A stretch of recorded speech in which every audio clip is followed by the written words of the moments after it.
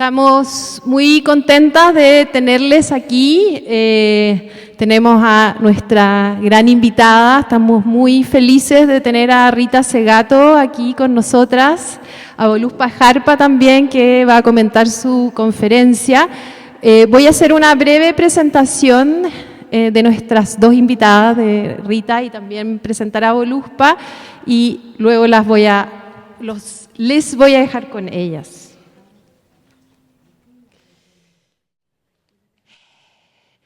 En primer lugar, quisiera agradecer a nuestro decano, Fernando Carrasco, que está aquí. Muchas gracias, decano, por estar aquí.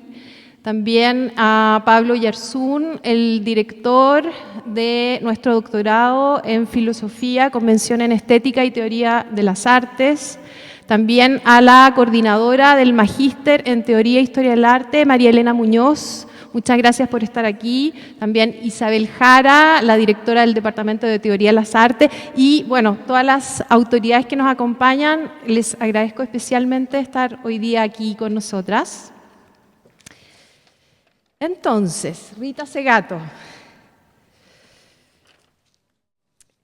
Rita nació en Argentina y ha vivido también en Venezuela, Irlanda del Norte, Estados Unidos y Brasil. Obtuvo los títulos de Master of Art en 1978 y el doctorado en 1984 en el Departamento de Antropología Social del Queen's University of Belfast, Irlanda del Norte, Reino Unido. Es profesora emérita de la Universidad de Brasilia, donde fue docente del Departamento de Antropología desde 1985 al 2010 y de los programas de posgrado en Bioética y en Derechos Humanos desde el 2011 hasta el 2017. Investigadora del nivel máximo del Consejo Nacional de Investigaciones Científicas de Brasil. Actualmente dicta el seminario virtual de Claxo, Raza, Género y Derechos de la Perspectiva de la Colonialidad y es miembro de la coordinación del curso de especialización en estudios afro-latinoamericanos y caribeños de Claxo. En 2018 recibió el Premio Latinoamericano y Caribeño de Ciencias Sociales, Claxo 50 años. Ese mismo año, las Universidades Nacional de Salta, Autónoma de Entre Ríos y Provincial de Córdoba le concedieron el doctor honoris causa. La legislatura de la Ciudad de Buenos Aires la nombró personalidad destacada. En la Universidad de Salamanca, el honoris causa, me corrige acá Rita. Entonces, seguimos con el amplio currículum de Rita, personalidad destacada de la cultura del Museo del Reina Sofía y Madrid, fundó la cátedra Aníbal Quijano y la designó titular de la misma. En el 2019, la Universidad Nacional de San Martín, UNSAM, Argentina, creó la Cátedra de Pensamiento Incómodo Rita Segato bajo su titularidad. Autora de varias obras, entre las que se destacan Las estructuras elementales de la violencia, Prometeo 2003-2013, La nación y sus otros, Prometeo 2007, La escritura en el cuerpo de las mujeres asesinadas en Ciudad de Juárez, Universidad del Convento de Sor Juana, 2006, y Buenos Aires, Tinta y Limón, 2013. La crítica de la colonialidad en 8 ensayos y una antropología por demanda, editada por Prometeo el 2015, La guerra contra las mujeres, Traficantes de sueño el 2016 y Prometeo 2018, y Contra pedagogías de la crueldad, Prometeo 2018. Estamos felices, está atrasada, pero bueno, tú lo vas corrigiendo. Estamos felices de tenerte acá en la Facultad de Artes de la Universidad de Chile. Tu trabajo nos ayuda a pensar y a tramar acciones que desafían la indiferencia entre la crueldad y la falta de humanidad en nuestro presente. Nos invita a reflexionar sobre las demandas históricas de las mujeres y las estructuras de poder que nos gobiernan desde la arbitrariedad y la impunidad. Tu palabra también nos invita a revelar y a revelarnos desde modos sensibles a este estado de las cosas, a buscar nuevos conceptos para lo que no ha sido verbalizado ni como propio ni como ajeno. Y especialmente a hacer inteligibles y transformadores esos movimientos a través de una potencia poética y colectiva. Muchas gracias, Rita, por estar aquí.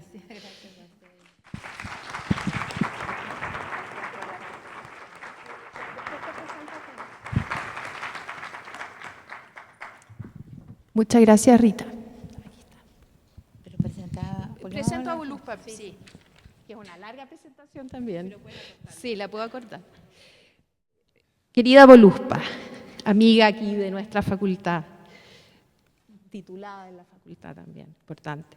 Desde el año 1994, Voluspa Jarpa ha sostenido una extensa producción artística, participando en exposiciones colectivas e individuales tanto en Chile como en el extranjero.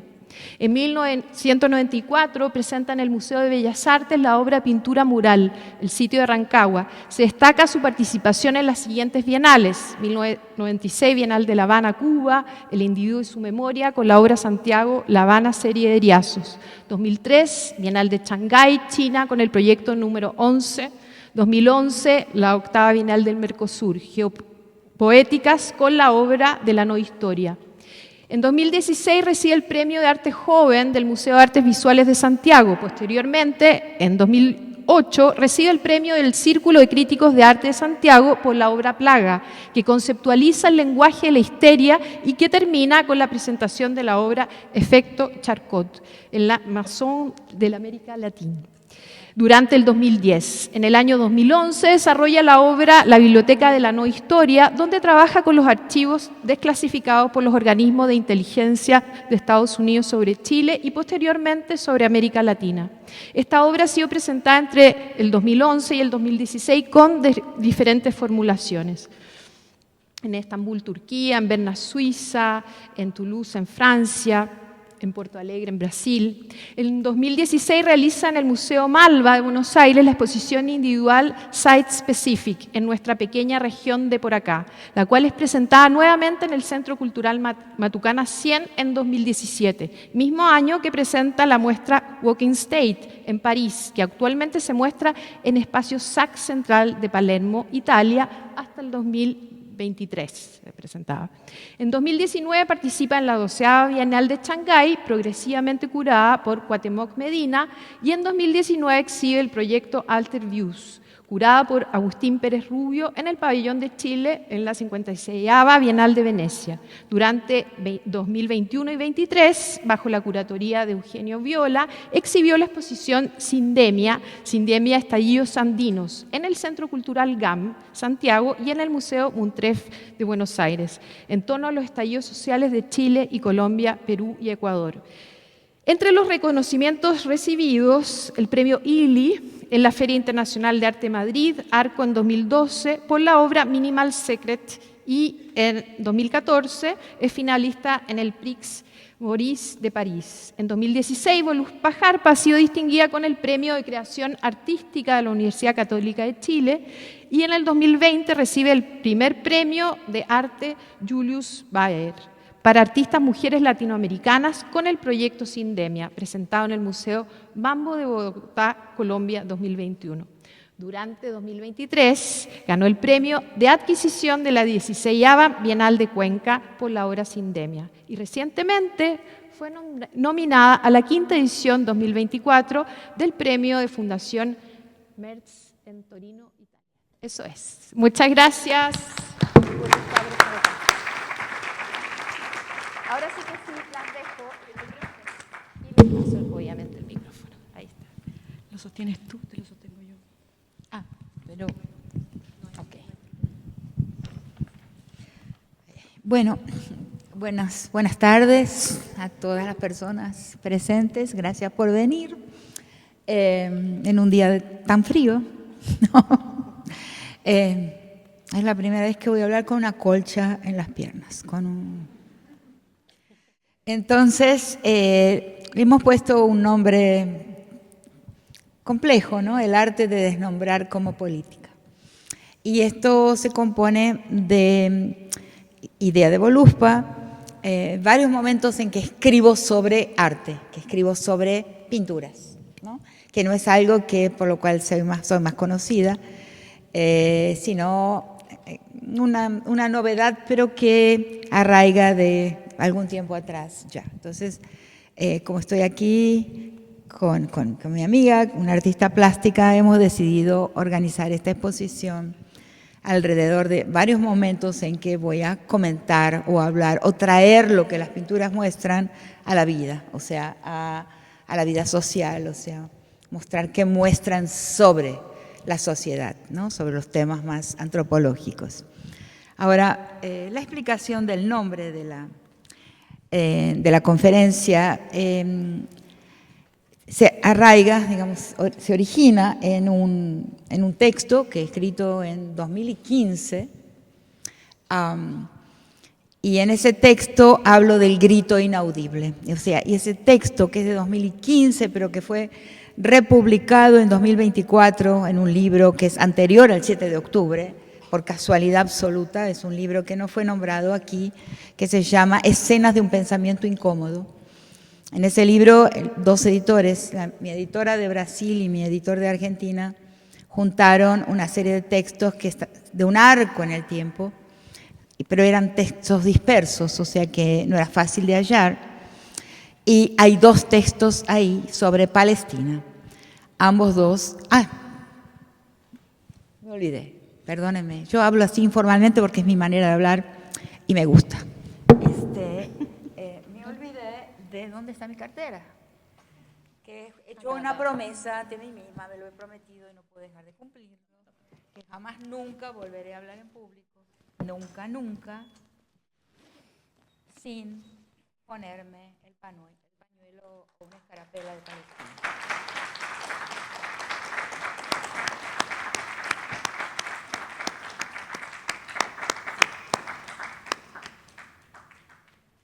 Bien. Entonces,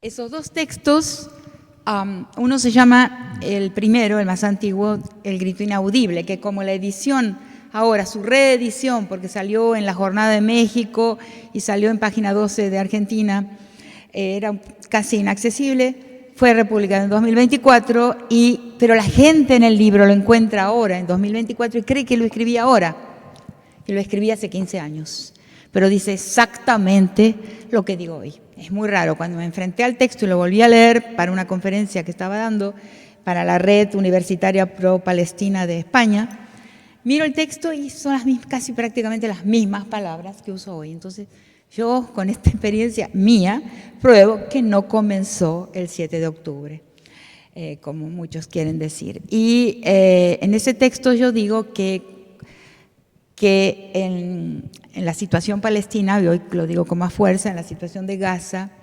la gramática de la vida está rota. O sea, porque lo que sucede ahí nos muestra que lo que antes era la ficción jurídica, una ficción de un derecho que en realidad no era todo lo que pensamos que era, sino que le llamo ficcional, pero era una creencia. O sea, no lo digo yo, sino que lo dice un autor que se llama Giorgio Agamben, que habla del derecho como una religión, como una fe. Entonces, teníamos una fe en la ficción jurídica, o sea, en la existencia de un derecho que no existe más, porque lo que Palestina prueba y hoy Gaza con toda la fuerza es que el poder de muerte es la ley. O sea, no hay otra ley que la ley del poder genocida, que el poder de matar. Y a partir de eso, entonces, yo voy a hablar de qué pasa con la historia, qué pasa con la comunicabilidad, qué pasa con las relaciones sociales, cómo podemos hacer para tener una expectativa de lo que el otro va a hacer en un mundo donde la gramática, o sea, la normativa de las relaciones interpersonales y sociales, ha caducado. Entonces, por eso hablo de Gaza como un parteaguas de la historia, un antes y un después. Existió una historia hasta hoy. No lo marco en el Holocausto, porque Gaza es más grave que el Holocausto, por una razón muy fácil de entender. En el Holocausto, el mundo no sabía exactamente lo que estaba sucediendo. Sabíamos, ¿no?, que habían campos de concentración, pero cuando los ejércitos aliados llegan a los campos, a los lager, está en las películas que vemos sobre esa llegada, la sorpresa que tienen frente a lo que ven. O sea, si se sabía algo, no era visible, no era expuesto. La diferencia del día de hoy con Gaza es que está mostrado. Lo que sucede no solo es grave porque sucede, sino porque hay una exhibición, un espectáculo público de lo que está sucediendo. Y ese es el cambio de la historia. No hay derecho. O sea, se está mostrando ante nosotros de que no hay más derecho otro que no sea el poder de muerte. Entonces, esa es una diferencia fundamental y por eso le llamo a Gaza de un parteaguas de la historia. Hay un antes y un después. Entonces, hasta el vocabulario, hasta la gramática de la lengua con que nos comunicamos, también con eso sufre un grave golpe. Es necesario, pienso yo, un esfuerzo de imaginación enorme para pensar la inauguración de una nueva era histórica y de nuevos nombres. Hasta las consignas que siempre usamos con afecto, en fin, han caducado. O sea, todo el vocabulario con que hablamos de la política, de la fuerza revolucionaria o como le quieran llamar, el pensamiento sobre la posibilidad de una revolución, yo creo que ese periodo larguísimo periodo de esperanza histórica que se inicia con los esfuerzos por redactar derechos, o sea, tablas de derechos, o sea, todo eso es pasado. Esa es mi posición, pueden estar en desacuerdo, pero es mi posición. Entonces, a partir de ahora, estamos frente al desafío de empezar una nueva historia, pensarla de otra forma, crearle un nuevo vocabulario, formas de transmisión a nuestras esperanzas que no son las habituales.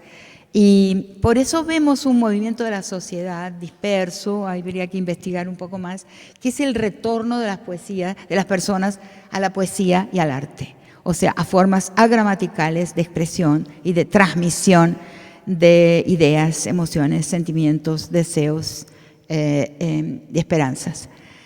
Yo creo que la agramaticalidad hoy es la forma única de poder transmitir alguna cosa y tocar cabezas y corazones, ¿no? Los códigos de ética, los códigos morales, los códigos de derecho no hacen efecto, han caducado. También las composiciones académicas, el fraseado, la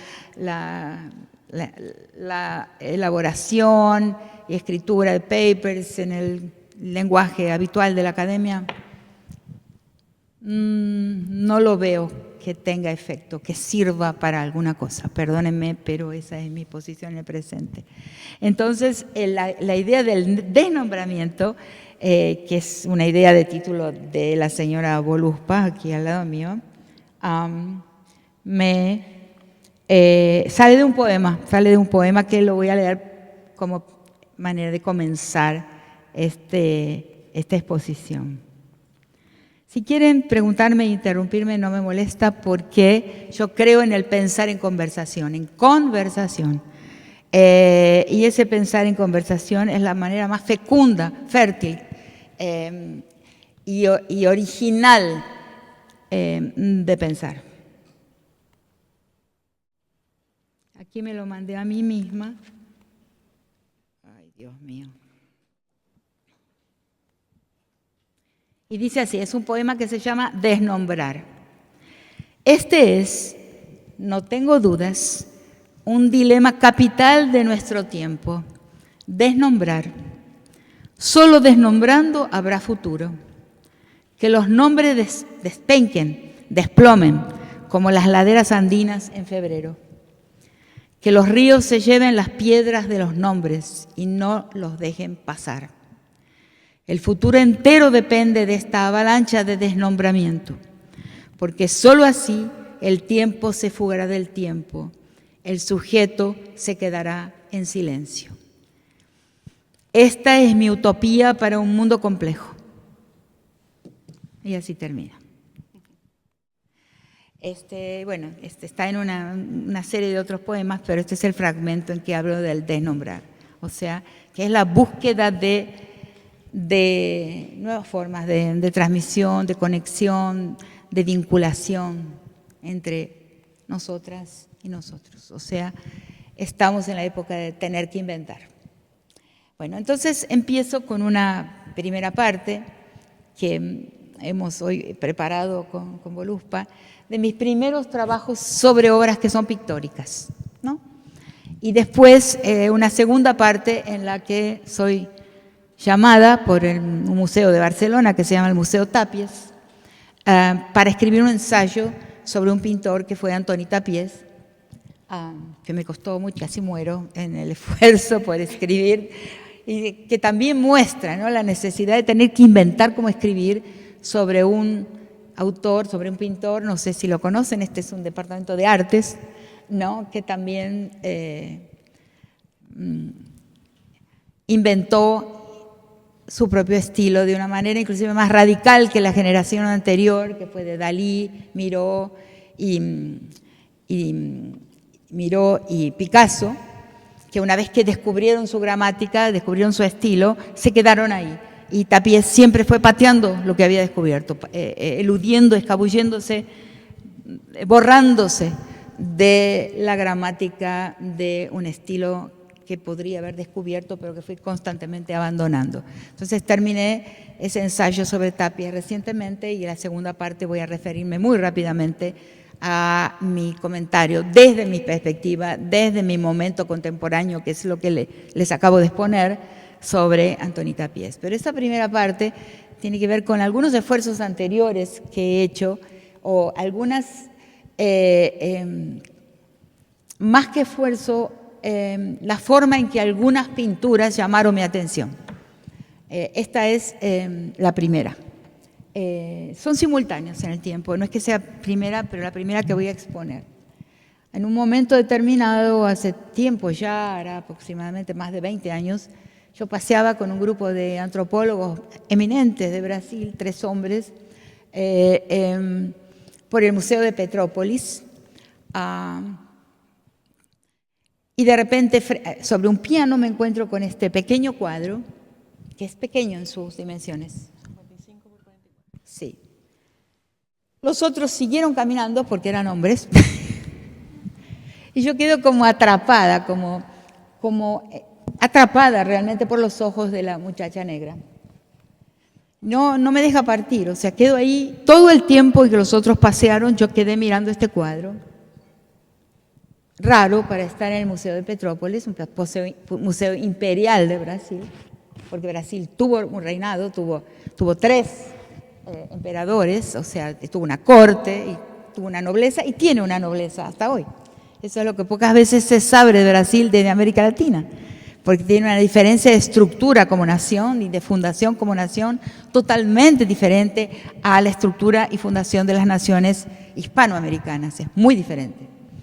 Entonces veo este cuadro, veo al niño, y por la testa del niño, que es una testa quiere decir frente en portugués, por la frente del niño, que es una frente muy grande, digo, este es el emperador Don Pedro II. El emperador Don Pedro II con la mano en el seno de su niñera, de su babá. Y a partir de ahí quedó convencida de que se trata del emperador y la mujer que lo cría, porque al final su mamá se volvió a Portugal con el fin de las guerras napoleónicas, y él de niño queda en Brasil. Abajo había un pequeño bronce, que ahora lo han sacado, que decía J.B. Debré, Jean-Baptiste Debré, que fue el gran pintor de la colonia brasilera. O sea, hay muchísima obra de él sobre la colonia, la esclavitud, la familia real de Brasil.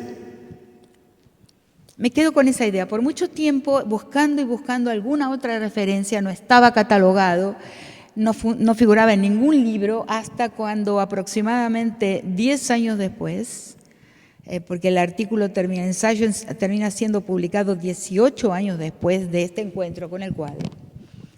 pero no me sentí con autoridad como para realmente afirmar que se trata del emperador Don Pedro II, aunque estoy íntimamente convencida de que es así. Hasta que encuentro en la Universidad de Gainesville, en la Universidad de Florida en Gainesville, que es la segunda biblioteca de América Latina más grande de los Estados Unidos, buscando y buscando, encuentro un libro de Pedro Calmon, un historiador clásico de Brasil.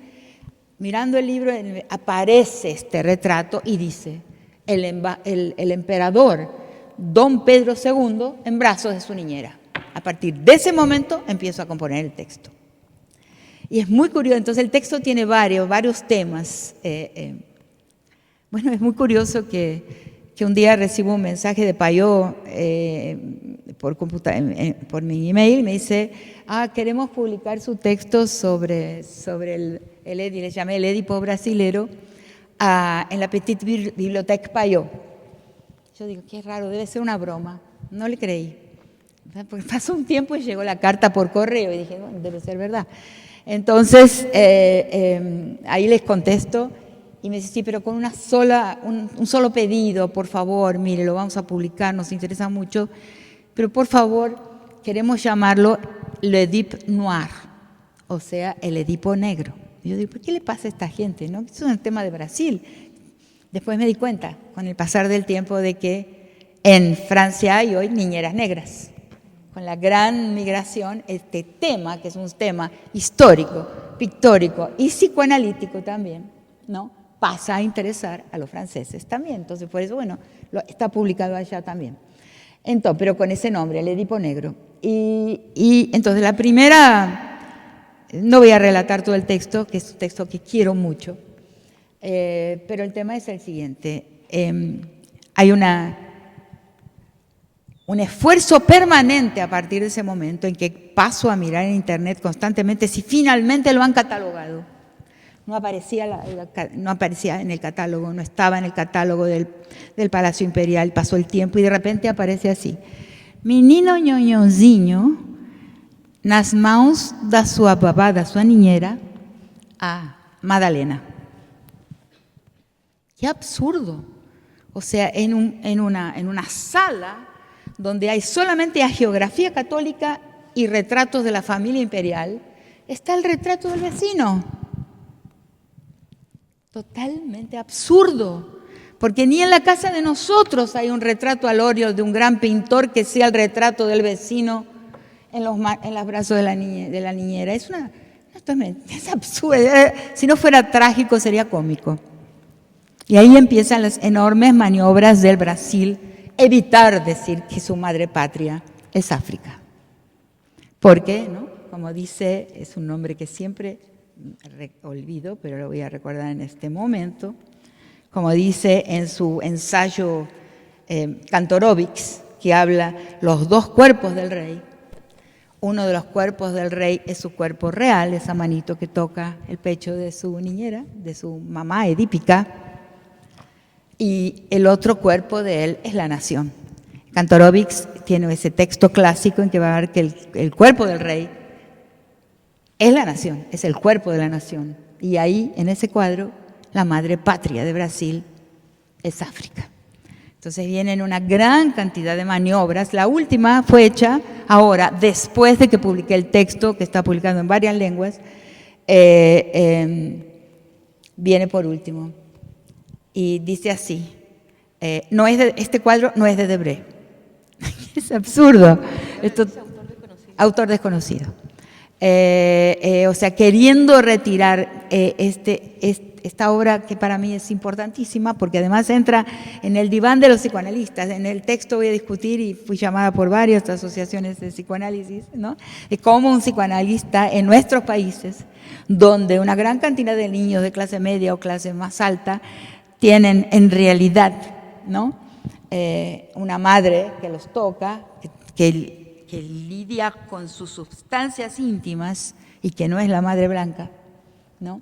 ¿Cómo se escucha en un diván, ¿no?, la salida, el proceso edípico y de individuación de nuestras personas, de nuestros seres, de nuestra sociedad, sin considerar esto, la doble maternidad, a veces la triple maternidad, ¿no? En antropología, por ejemplo, tenemos enormes clases. Todo estudiante de antropología pasó varios semestres hablando del avunculado, la doble paternidad de los niños de las Islas Trobriand. Pero nunca hemos visto un texto de antropología, o muy poquitos, que hable de la doble maternidad de los niños de aquí mismo, de por acá, o sea, de cerquita. Entonces ese es el análisis, es mucho más largo, estoy hiper resumiendo. Este es mi primer encuentro con una obra pictórica y mi primer esfuerzo, no es un esfuerzo, es mi deseo de decir qué nos está diciendo, qué nos dice. Bien. Después vienen la constatación a través de mis viajes, ¿no? de mis estadías, de mis periodos de vivir en mi país, en Brasil y en los Estados Unidos, de darme cuenta cómo, y la de Chile la he visto, pero no la puedo analizar. Estos son los cuadros de la independencia de las tres naciones. O sea, cómo esto es la antena del artista. O sea, cómo el artista percibe estructuras. O sea, el gran artista no es solamente porque tiene una habilidad con el color o con el pincel o con la carbonilla, pero el artista verdadero percibe una estructura ante sus ojos. Es curiosísimo.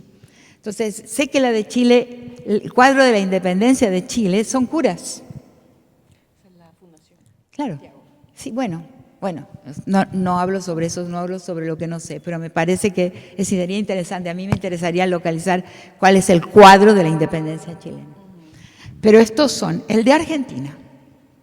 Entonces, cada uno de estos tres, poné los tres para que se vea. El de Brasil, el de Estados Unidos. El de Argentina es el pueblo quiere saber de qué se trata. Entonces, los tres son de aproximadamente un siglo después del evento, un siglo después de la independencia. Entonces, el de Argentina, uno ve una muchedumbre que no sabe de qué se trata, no sabe lo que está pasando. Están con paraguas que no existían para la época, en un efecto que para mí es lo que muestra el esfuerzo de uniformización de la sociedad, que fue un esfuerzo muy grande de las políticas públicas de Argentina en el pasaje del siglo XIX al XX. Toda la gente cubierta por paraguas, o sea, una masa informe, un rebaño informe, todos igualados por paraguas negros prácticamente iguales, o sea, lo que después viene a ser el guardapolvo escolar, todos iguales. El esfuerzo de homogenización, porque siempre digo, en otros textos digo también, que en Argentina el autoritarismo antes fue cultural y después se vuelve militar policial. O sea, primero hubo un fuertísimo autoritarismo de la cultura a partir de la generación del 80 en el siglo XIX, y un palacio, el Cabildo, en el que los que están en el primer piso saben lo que está pasando y la gente no. O sea, hay una jerarquía marcada entre quien sabe lo que se está negociando en la política y la gente que solamente quiere saber de qué se trata. Hay dos estratos de ciudadanos ahí. El siguiente es impresionante, para mí el más impresionante de todos, porque tiene una mentira que es algo que parece una batalla, pero no lo es un correo. O sea, esos dos batallones enfrentados, algunos con el sable en alto, es simplemente que uno le está viniendo a contar al otro que el emperador dio la independencia, la dio. Y acá, en el costado, esa es la maravilla del artista, ¿no? Aquí, por este camino acá, en la primera línea, viene un carretero negro, mulato, que pasa ahí, se da como vuelta para mirar qué está pasando y no lo sabe, no participa. Se está dirigiendo a su cabaña que queda allá atrás. Entonces, cuando vemos ese cuadro, vemos a primera vista, sin inspeccionarlo, algo que no es lo que realmente está pasando. Es una ficción de disputa en una sociedad o en una historia donde muchos de los dilemas más importantes de la historia se han resuelto por acuerdos. Y la gente es ajena, un estado extremadamente más distante aún de la vida real de las personas. O sea, y en el tercer cuadro vemos una sociedad de individuos. Es clarísimo, cada uno haciendo su esfuerzo particular individual y venciendo la naturaleza, o sea, dominando la naturaleza, ¿no? Es más largo, este es un texto mucho más largo, tengo carpetas y carpetas y carpetas llenas de documentos y un acuerdo con otros dos artistas de Argentina. Uno es Andrés Cerneri, que es el autor, no sé quiénes de aquí conocen mucho Buenos Aires como para haber alguna vez visto el monumento a Juana Zurduy, que está en Buenos Aires, que es bellísimo, para mí el monumento más bello de la ciudad. Entonces con Andrés Cerneri, que es el escultor de la Juana, que es un monumento de más de 20 toneladas de peso, hermoso, frente al CCK, y un fotógrafo llamado Marcelo Brodsky. Estamos organizando una exposición con varios comentarios y algunos visuales y de movimiento sobre la diferencia de los tres cuadros, que para mí es la diferencia de las tres naciones. ¿Sí? Entonces es el segundo momento de Rita mirando cuadros y diciendo: estos cuadros hablan sobre algo que me interesa decir, algo que deseo decirle a los lectores y a la sociedad. Tal vez sería interesante, Rita, que contaras cómo a partir de estos cuadros te da una imagen de eso que no sucedió en las independencias del continente, ¿no? Claro. Que eso sería interesante. Sí, gracias. Porque siempre digo, ¿no?, que nuestros estados tienen severos errores de fundación. A diferencia de cuando un estudiante va a estudiar Derecho, Ciencias Políticas, Sociología o cualquier de las disciplinas, va a estudiar el Estado a partir de la literatura que existe sobre el Estado europeo. Como si nuestros estados fueran algo como los estados de Europa, y no lo son. Porque los estados de Europa son el resultado de la historia de los pueblos de Europa. Sus guerras, sus alianzas, sus conflictos, el retrasado de fronteras, la historia que va de las monarquías a los estados republicanos. Pero la historia pasó por ahí. Nuestros estados no son eso. Nuestros estados son la transposición del estado, de la gestión ultramarina a la gestión en territorio, pero sin nunca jamás perder la distancia entre los gestores, los administradores y la gente. Siempre esa distancia fue siempre insuperable. Estoy segura de que en Chile es así, en mi país es así, en todos los países que conozco, el Estado es visto como algo que está allá y nosotros acá. En Europa no es visto así el Estado. Entonces, y además nuestros estados tienen una característica, que todos los héroes de la independencia, de todos los países, murieron solamente los que pusieron el cuerpo a la lucha por la independencia. Que no es de ahí que surgieron nuestros ejércitos. Nuestros ejércitos se originan mucho tiempo después. El ejército chileno, ahí me puedo equivocar, porque soy una extranjera, bastante extranjera, no completamente, pero bastante. El ejército chileno surge ¿con quién? Con Baquedano, o sea, con la Guerra del Pacífico, no con la Guerra de la Independencia, es falso. El ejército argentino no surge con la Guerra de la Independencia, con Belgrano, San Martín y compañía. Surge con la Guerra del Paraguay. O sea, y todos los héroes que le han puesto el cuerpo a la Guerra de la Independencia, todos murieron de solamente 3 tipos de muerte. O en el exilio, o asesinados, o de hambre y peste y abandono y miseria. No hay un cuarto tipo de muerte, todos. Artigas en Paraguay, ahora el Uruguay, la tierra de Artigas, pero Artigas muere abandonado y hambriento en el Paraguay. O'Higgins también muere en otro lugar, todos. Entonces, estas figuras que son las que de sus manos salieron las independencias de nuestros países, no son los fundadores de nuestros estados. Para mí eso es clarísimo. Bien, ustedes pueden discordar, pero yo estoy diciendo lo que yo pienso. Bien. Bueno, porque hacemos modelizaciones diferentes de la realidad y tenemos derecho a narrar nuestras modelizaciones. La narrativa es fundamental, o convence o no. Entonces, bien.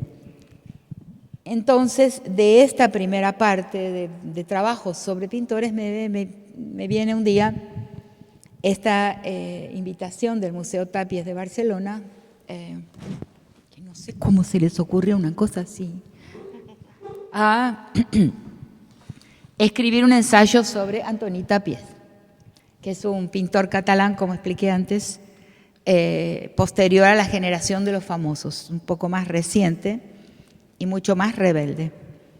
Entonces quizás primero tendríamos que pasar un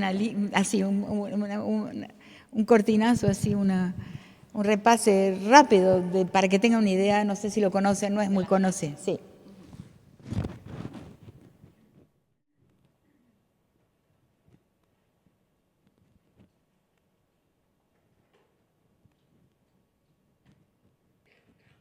Es muy difícil escribir sobre esto.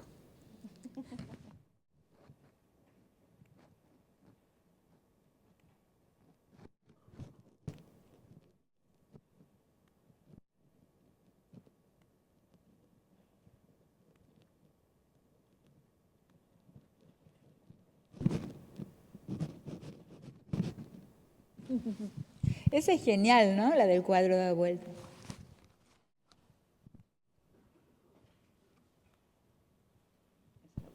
Sí. Este es Tàpies, a lo largo de varios momentos de su vida, varios experimentos, ¿no? Y entonces me demoré casi un año, 8 meses en escribir este ensayo que, como no soy del campo de la historia del arte, entonces me dijo, no, vos escribí sobre vos, pero ¿cómo voy a escribir sobre mí mirando estas pinturas? Es muy complicado, ¿no? Pero después me di cuenta, curiosamente, que existen, por mi parte, 8 posiciones mías, ponelas, 8, digamos, temas. No las tenés todas juntas. Bueno. 8 enunciados. Sí, 8 temas míos que están profundamente vinculados a Tàpies. El primero es este. Yo por muchos años, mi investigación doctoral fue sobre una tradición africana en Brasil, o sea, el Xangô de Recife, o sea, una de las modalidades del candomblé, una de las formas del candomblé más tradicional africano en Brasil, en la ciudad de Recife. Además, y ahí aprendí, por ejemplo, es un culto de posesión, en que hay un momento en que la persona se abre a la entrada de una entidad, de un ser, de una divinidad en su cuerpo, y va a expresarse a través de los movimientos de su musculación y de la música, ¿no? Entonces, sí existen, ahí fui a investigar, y parte de mi tesis, parte de un libro mío posterior que se llama Santos y Daimones, que la persona tiene estados alternativos de conciencia. Algunos son de tipo religioso, en que es una posesión, pero la escritura, el sujeto... Ahora voy a contar algo que es fantástico, una historia. Me gusta ahora contar anécdotas cuando hablo. Con la edad me he liberado de muchas etiquetas, protocolos y prácticas institucionales también. Entonces, una vez trabajé muchos años también, después cuando voy a investigar la cuestión de la violencia sexual, en la cárcel de Brasilia, en la penitenciaria de Brasilia, donde por algunos años con mis estudiantes trabajamos ahí. Y nos encontramos en un determinado momento con la literatura carcelaria, que es mucha y es muy... O sea, hay toda una catalogación en las grandes bibliotecas del mundo, y será igual aquí en Chile, sobre literatura carcelaria. Los más famosos son Jean Genet, también Gramsci, o sea, son literatura carcelaria. O sea, ahí hay muchos, los presos escriben, hay un grupo de presos siempre que escriben.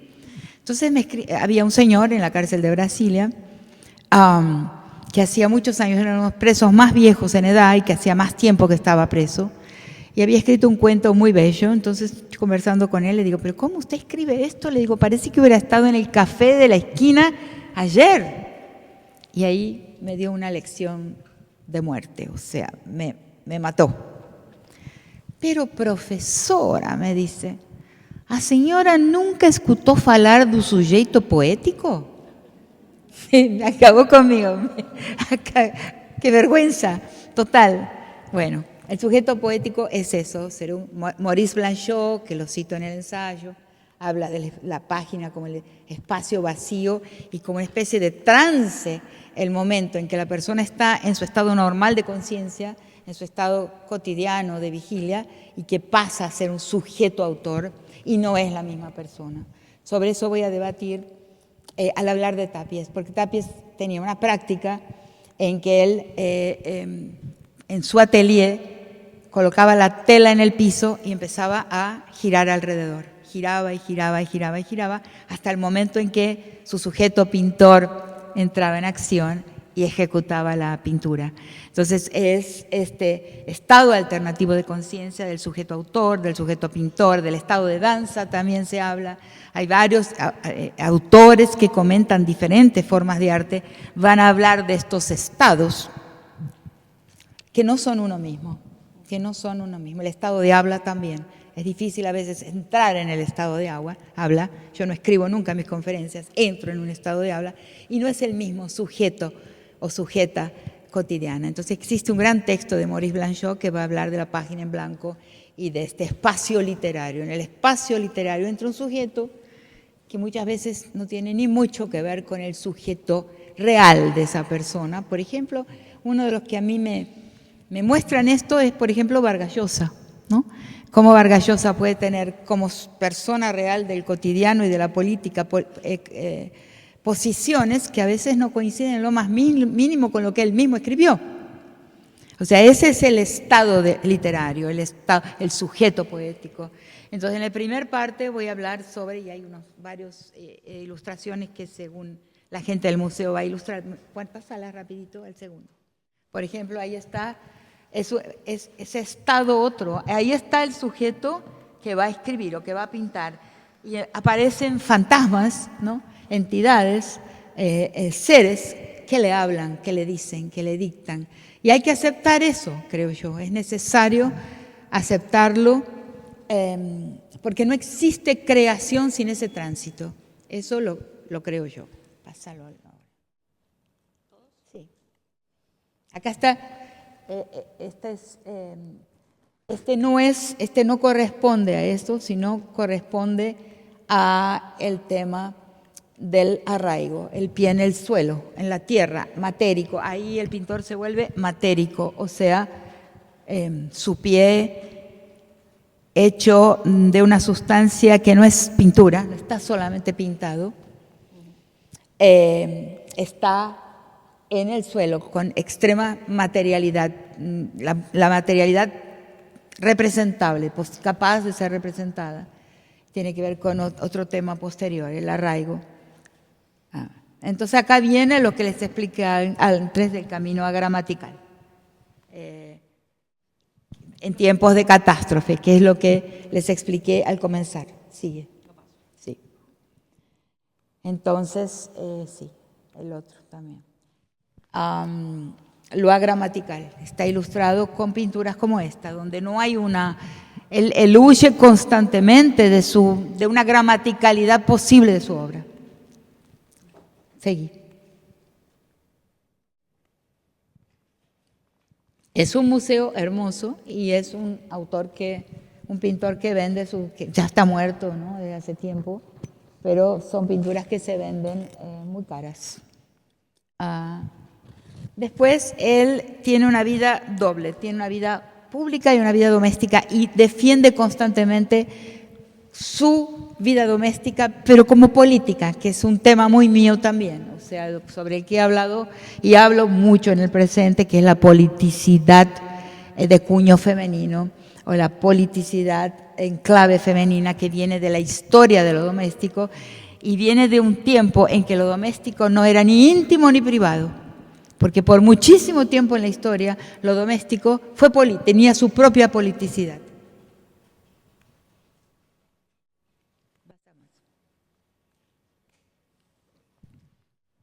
Pasa otra. Por ejemplo, esta es una de las obras de Tapies, que son platos de un convento. Habla de la domesticidad de un convento en un momento de insurrección en España contra el franquismo, en que militantes fueron acogidos dentro de ese convento y ofrecidos de comida. Entonces son los platos del convento, de una domesticidad que es conventual y es política y es insurgente.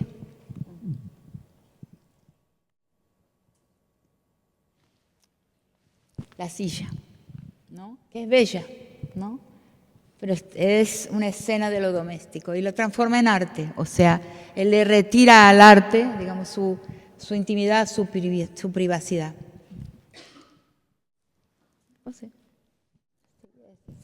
Este no. Masculino y femenino en tránsito. El otro tema que tiene que ver con, que está en mis obras y que lo he tratado ampliamente, y que viene del Chango de Recife, es la transitividad entre lo masculino y lo femenino, que estuvo abierta y estuvo disponible durante mucho tiempo antes del proceso de la conquista y la colonización. La binarización obligatoria viene con la conquista, o sea, están los castigos que se daban, las cédulas coloniales que decían los castigos que deberían darse a la india que se vestía de indio, al indio que se vestía de india, y yo misma, mi trabajo en el Chango de Recife, descubre una sociedad donde la transitividad de género, la orientación sexual cambia, o sea, donde existen una forma de orientación sexual que no era la característica del mundo occidental y moderno o de la Argentina de la cual yo venía, sino que, por ejemplo, en el caso de las mujeres, era rara una mujer que nunca hubiera tenido una relación con otra mujer. O sea, aquella mujer nunca gustó de mujer. O sea, en un mundo donde la construcción de la persona y la construcción de lo que era la determinación biológica, la orientación sexual, la personalidad y los papeles sociales y políticos eran módulos separados donde no había un yeso, no había una determinación por parte de lo biológico. Por eso hoy cuando veo feminismos que no aceptan a las mujeres trans me parece absurdo, porque eso existe en la humanidad y es impedido por la colonización. Existe en los pueblos indígenas esa transitividad de género, que no es la determinación biológica que impone la conquista y la colonización, no existía.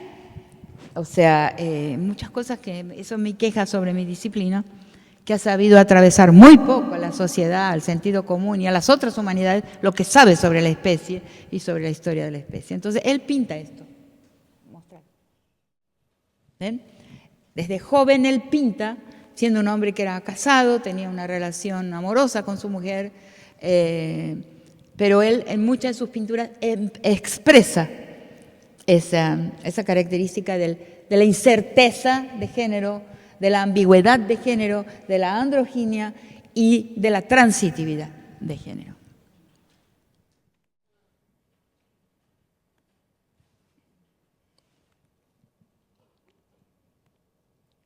Seguí entonces. ¿Ves? Su autorretrato, por ejemplo, lo muestra ambiguo en términos de su género.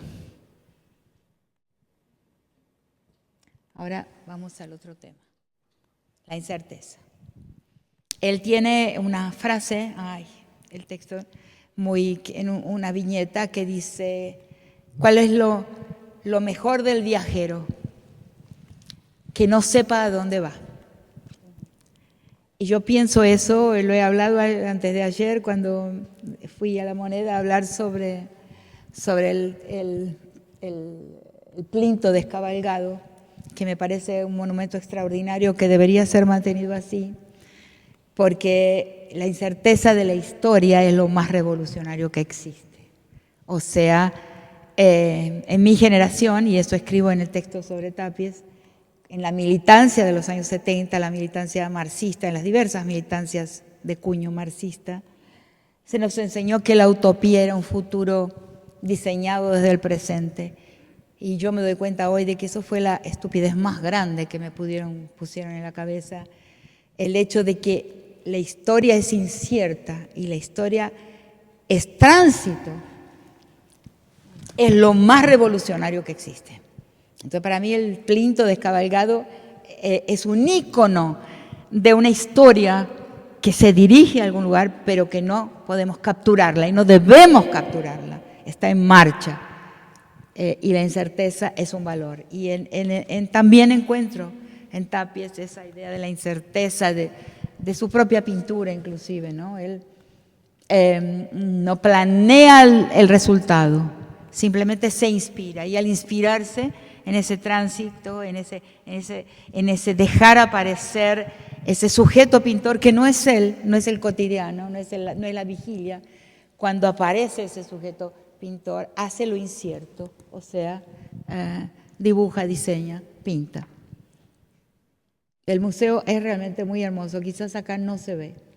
La ética de la desobediencia es un tema sobre el que también escribí mucho. O sea, yo fui encontrando el método por el cual conseguí escribir este ensayo sobre Tapies, es un método que había utilizado y creado yo para un libro que se llama Santos y Daimones, que le llamo exégesis recíproca, poner a dialogar dos mundos, dos filosofías. En mi libro yo puse a dialogar la psicología del Changó, la etnopsicología del Changó de Recife, con la tradición de la imagen en Occidente. O sea que de un gran, justamente, filósofo español que se llama Gómez de Liaño, que va a decir que hemos enfatizado además la historia occidental verbal, ¿no? Que llega inclusive al psicoanálisis freudiano-lacaniano. La palabra es la que va, el error en la palabra es lo que va a dejar aflorar el inconsciente. Pero él dice, existe otra tradición en Occidente que ha sido ignorada, pero que es tan importante como la de la palabra, que es la de la imagen, ¿no? Y que va Platón, Plotino, después llega el Renacimiento, toda la astrología, y llega a los arquetipos del psicoanálisis, de la psicología junguiana y post-junguiana. Entonces, en ese yo uso esa idea de la exégesis recíproca y digo, ¿cómo voy a hablar yo en Tapies? Y hago una exégesis recíproca entre mis temas, o sea, mis temas filosóficos y los voy a encontrar en él. Por ejemplo, el de la desobediencia, que es un tema central en mi escritura, en uno de los textos que justamente sale en ese último libro que se llama Escenas de un pensamiento incómodo. Voy a hablar sobre la existencia de solamente dos éticas en el mundo, en las sociedades, en cualquier sociedad, en la aldea más pequeña y en la sociedad más grande. Morales hay muchas porque tienen sus códigos, son elencables las morales, son las costumbres aceptables, correctas, y las costumbres incorrectas. El derecho es elencable, son las normas que hay que obedecer, las penas que se dan a los desobedientes, pero éticas, para mí, argumento ahí, hay solo dos. Una que es la ética de la conservadora, de la obediencia, de que las pieles, la ética es una pulsión ética, o sea, un deseo ético. No se puede elencar los tipos de comportamientos, en realidad, y para mí hay dos. El deseo ético de la conservación, o sea, del conformismo, aquellas personas que sienten que su tarea en la vida es recibir un mundo con normas morales y atravesarlo a la generación siguiente igual que se lo recibió, o inclusive agravado, exacerbar sus características, los conservadores.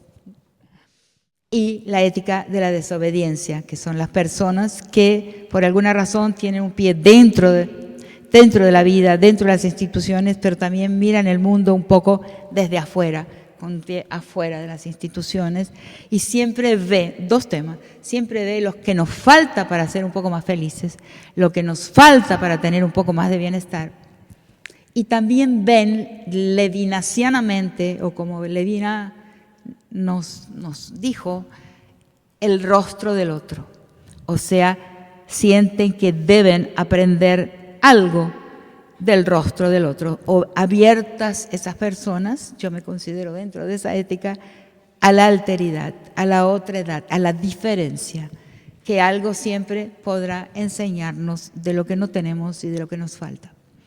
Entonces, esa es la ética de la desobediencia, es un texto que tengo que se llama El papel de la ética en la expansión de los derechos universales, y él si hay una característica de Tapies, es la desobediencia. Él se desobedece hasta a sí mismo, o sea, va pateando ¿cómo se llama aquí? Va pateando el tablero todo el tiempo. Y eso es lo que a mí me encanta. Entonces ahí está el cuadro que está al revés. Sí, sí. ¿Lo tenés? No. Yo me identifico completamente. Ahí está. Ese es maravilloso. Es lo máximo. Nunca quiso ir a una academia de arte. Nunca quiso, o sea, apoyó mucho a otros pintores, pero nunca quiso exponer junto con los otros. Y siempre preservó su capacidad, su libertad de desobedecer. Para mí la desobediencia es un valor supremo. Vamos. También fue a estudiar muchas religiones, ¿no? O sea, fue un estudioso de una gran diversidad de tradiciones y civilizaciones religiosas diferentes. Ahí están varias. Y abierto, digamos yo. Y en eso también me identifico, porque muy recientemente conseguí definir mi religión. Yo soy radicalmente politeísta y radicalmente polirreligiosa. Ahí encontré, eso es lo que soy. Creo en todo. Pero hay religiones y hay cosmos. O sea, los monoteísmos son religiones y la Pachamama, por ejemplo, es un cosmos. Y los pueblos indígenas consiguieron sobrevivir todo este tiempo de la historia porque se guiaron por lo que se llama una lógica paraconsistente. Si A es verdad, no A también. Así se sobrevive. Bien. Estoy hipersintetizando una serie de certezas filosóficas. Y finalmente el arraigo, ¿no? Que es un tema que está pendiente, todavía estoy en ejecución de algo que quiero escribir y que es un ensayo sobre el arraigo, que es muy difícil de escribir en una época en que todas las personas tenemos una frontera en la cabeza, o la mayor parte de la gente vive atravesando fronteras de una forma o de otra, pero para mí el arraigo es el obstáculo más grande para la expansión del capital. Y tengo algunos textos escritos sobre eso. Entonces esta es la bandera. Él no era un político en el sentido convencional de la política, pero sí era un catalán y era un catalanista. Entonces estas 4 rayas son, digamos, el emblema último de la bandera catalana. Y a mí me parecen muy expresivas esas 4 rayas de sangre. Sí.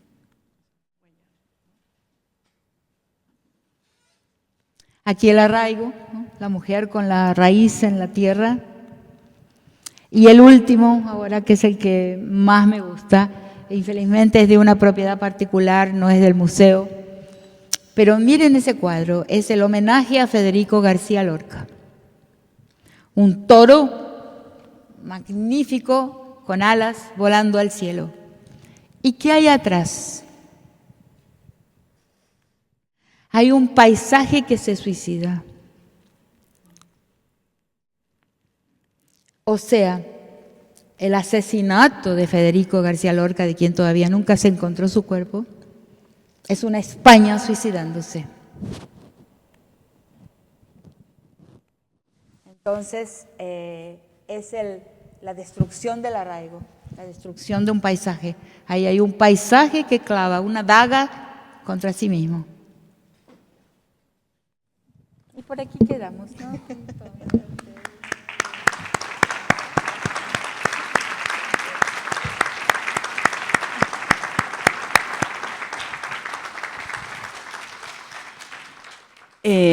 Bueno, muchas gracias, Rita. Creo que voy a hacer cosas que he aprendido de ti en el corto e intenso tiempo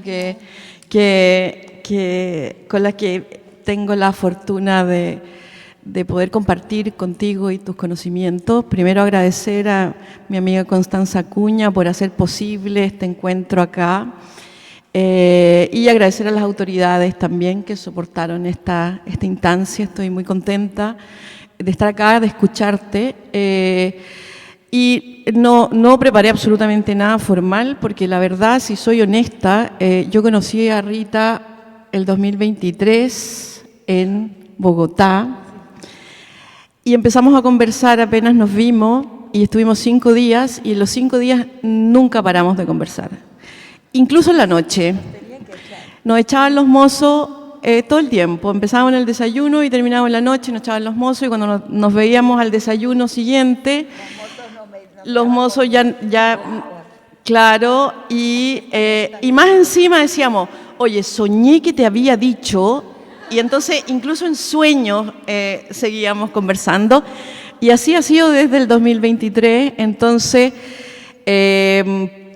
y en esta avenida también, que aprovecho a agradecerte públicamente, yo sé que es un esfuerzo el que hiciste, es de una generosidad muy grande tuya haber venido a conversar de algo que a nosotros nos interesa mucho, que el de excusa del Plinto La Plaza, que era la convocatoria de ayer, necesitábamos escucharnos también entre nosotros, para volver a recordar lo que hemos vivido recientemente y algo que tú fuiste muy categórica ayer en dejarnos muy claro, que es reclamar el derecho a la narración, ¿no? Y aprovechando tu defensa de la desobediencia, creo que esta generosidad que has tenido de venir a hablar con nosotros y traernos tu conocimiento y tu pensamiento nos hizo a todos los que estamos ayer y a los que estamos hoy día volver a entender y volver a contarnos, o por lo menos para mí, la libertad que tenemos todos los seres humanos de contar los relatos y el cómo vivimos las cosas y reclamar el derecho y por lo tanto no aceptar que se nos impongan ni narrativas ni símbolos que no coinciden con nuestras experiencias. Entonces, escuchándote hoy día hablar de arte, que yo sé que te es incómodo, es un pensamiento incómodo para ti, yo lo sé, y estamos en una escuela de arte, entonces, y estás con un artista al lado, y yo sé pero me parece muy bella la incomodidad, porque a ti te gusta el pensamiento incómodo, entonces, bueno, estamos en esta, y te gusta incomodar también. Y me parece como hoy día en este ejercicio que hiciste, me quedó muy claro tal vez el nudo de las cosas que yo he aprendido y que he podido contarte también en nuestros diálogos. Y que es este ejercicio que ahora lo hiciste a través de la pintura y como lo hiciste a través de la pintura me quedó mucho más claro, ¿no? Esto que nombraste exégesis, ¿no? Que es el esfuerzo que tengo que hacer para ir hacia lo otro, cualquier cosa sea, en poder ver cómo puedo yo integrar, decodificar, elaborar, participar, colaborar con eso que finalmente está aún fuera de mí, ¿no?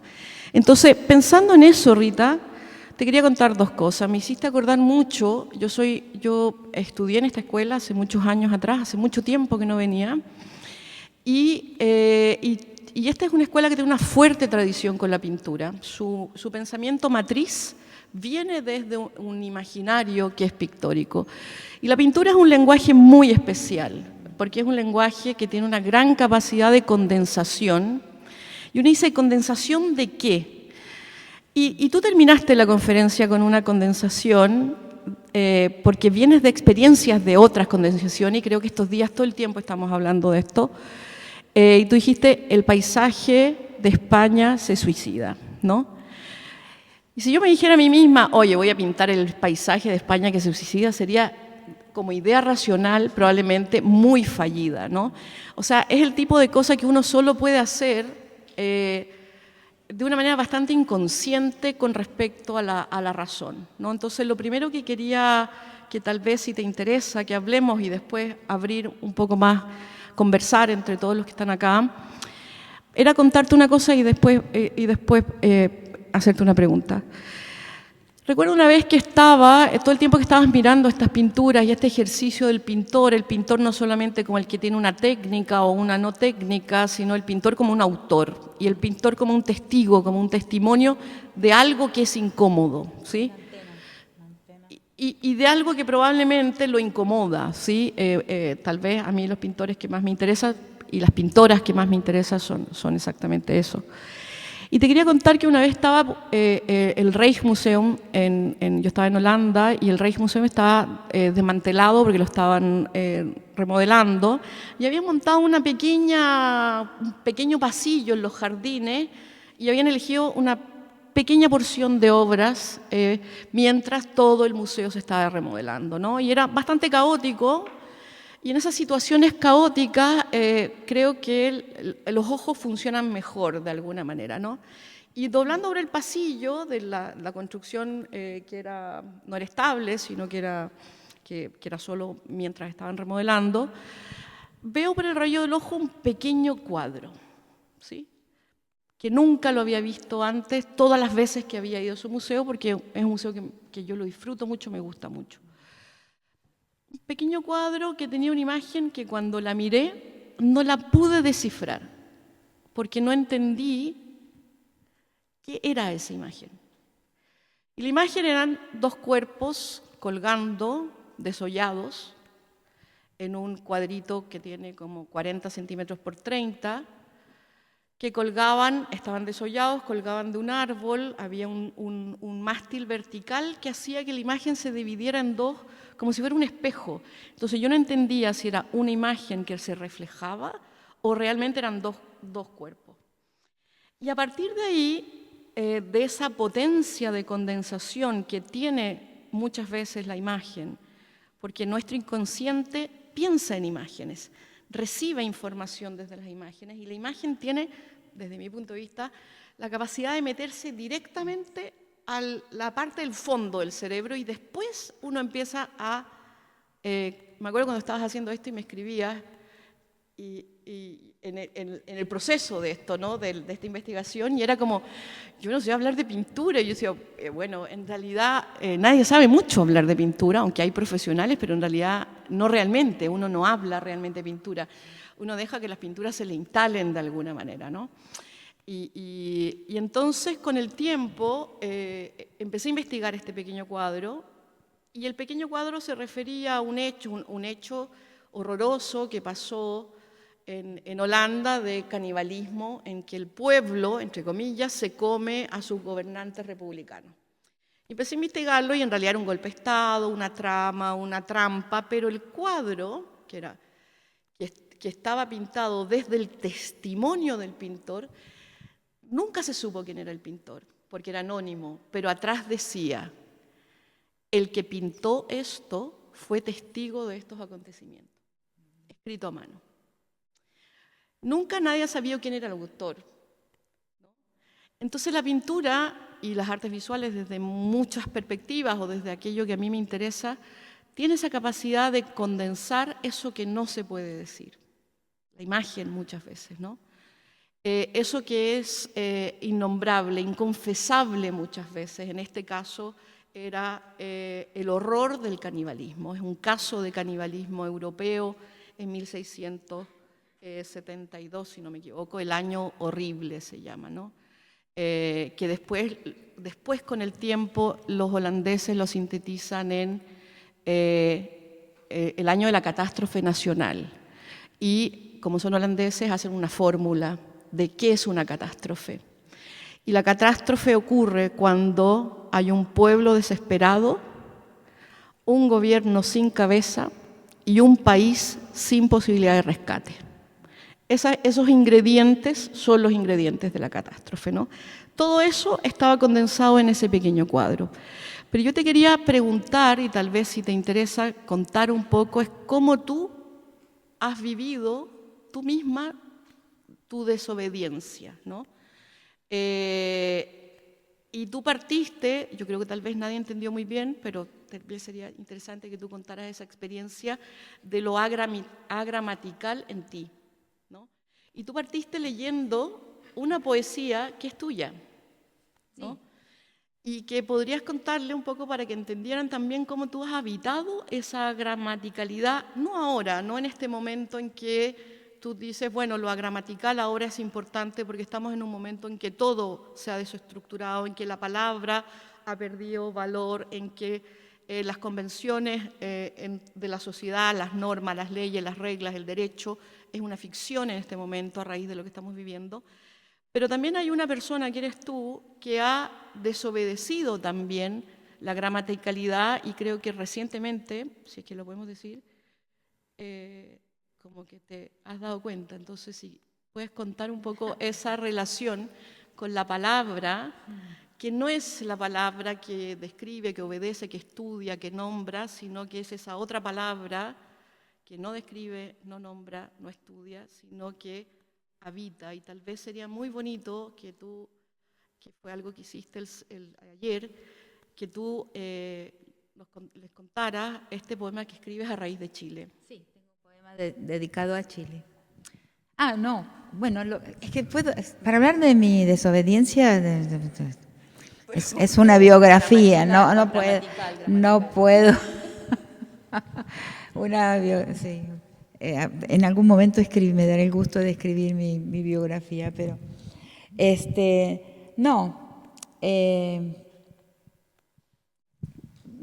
pero ¿cuál es la cosa, la poesía? El poema que... No, eso sí, yo escribí un poema, bueno, pero ese va a encabezar un libro de poesía. Yo no soy poeta, ¿verdad?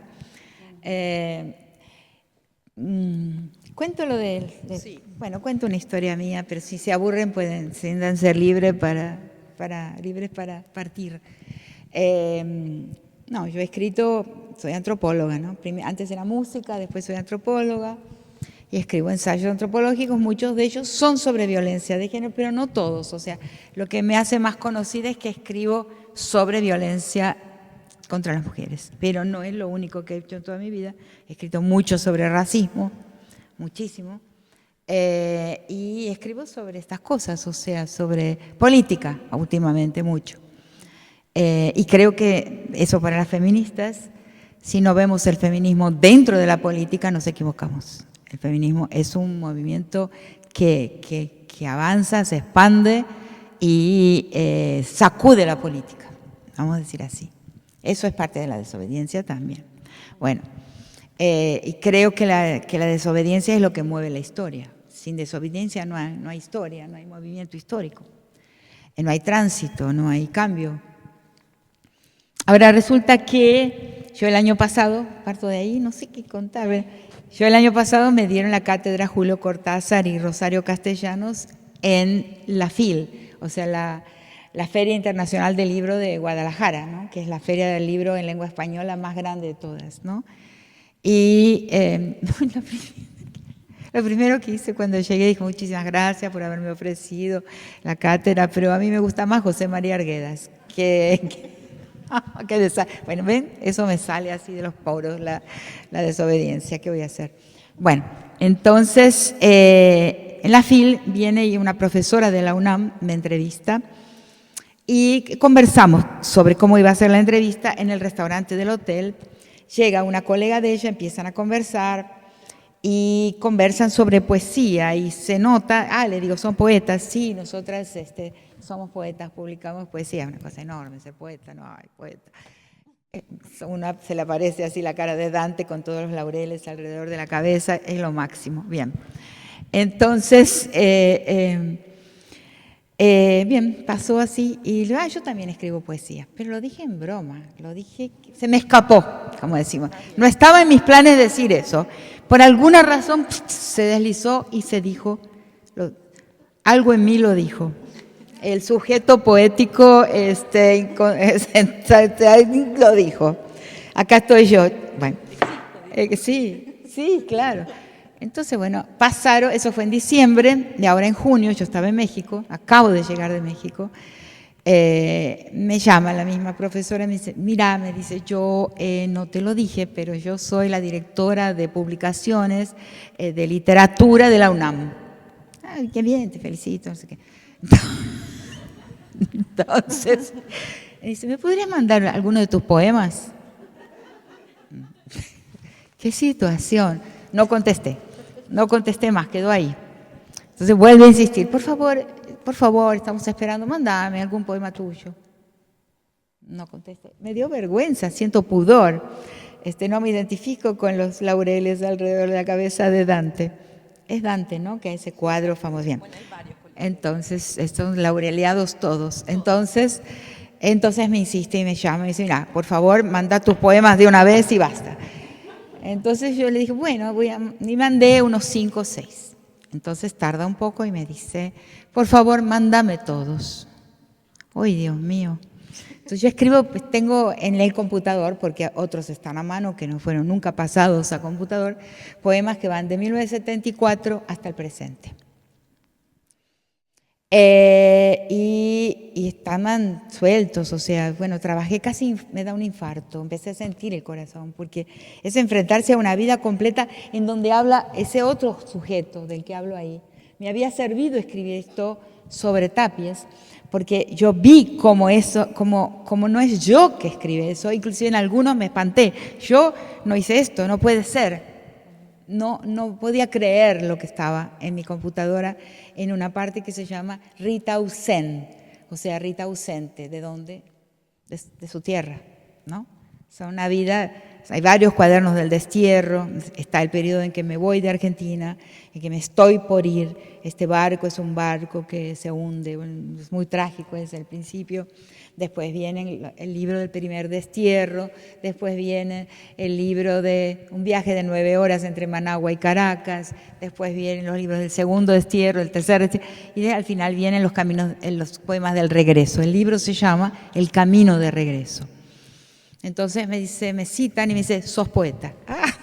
¡Qué susto! El primer poema, y ahí quería llegar, está dedicado a Chile. Bueno. Y bueno, mi mamá fue amamantada en La Pampa por una mujer chilena. Y la leche es, ¿no? Es la leche. Entonces, se llama El Hijo y dice así: elijo el proceso ante el producto. Este está escrito recientemente, después de la insurrección y después del Plinto Vacío. Dice, elijo el proceso ante el producto, el trayecto ante el proyecto, el camino ante el destino, la existencia ante la esencia, el estar antes del ser. La historia es puro tránsito. O sea, y es un esfuerzo poético por decirle a la gente que no es lo que dije en el caupolicanazo. O sea, cuando hablé ahí, yo dije, cuidado con solamente fijarse en el resultado. El resultado puede fallar, pero el proceso es espléndido. Entonces se llama A Chile este poema. Bien, bien.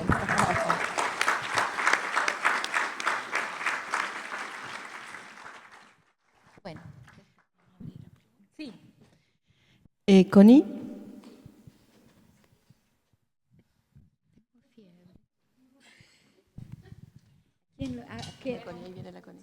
Gracias, Rita.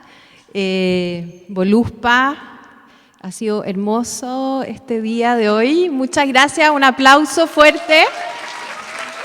Muchas gracias. Estamos muy emocionadas de estar aquí y tenemos un regalo que, bueno, tiene que ver con toda esta conferencia. Son varios libros de poetas chilenas. Y Rosy Betty Muñoz, Carmen Berenguer, Soledad Fariña, Verónica Sondek, Marina Arrate, grandes poetas, pensadoras chilenas que creo que va a ser muy estimulante el diálogo que se abra contigo. Así que de la Universidad de Chile, Facultad de Artes, con mucho cariño para ti, Rita. Aquí están.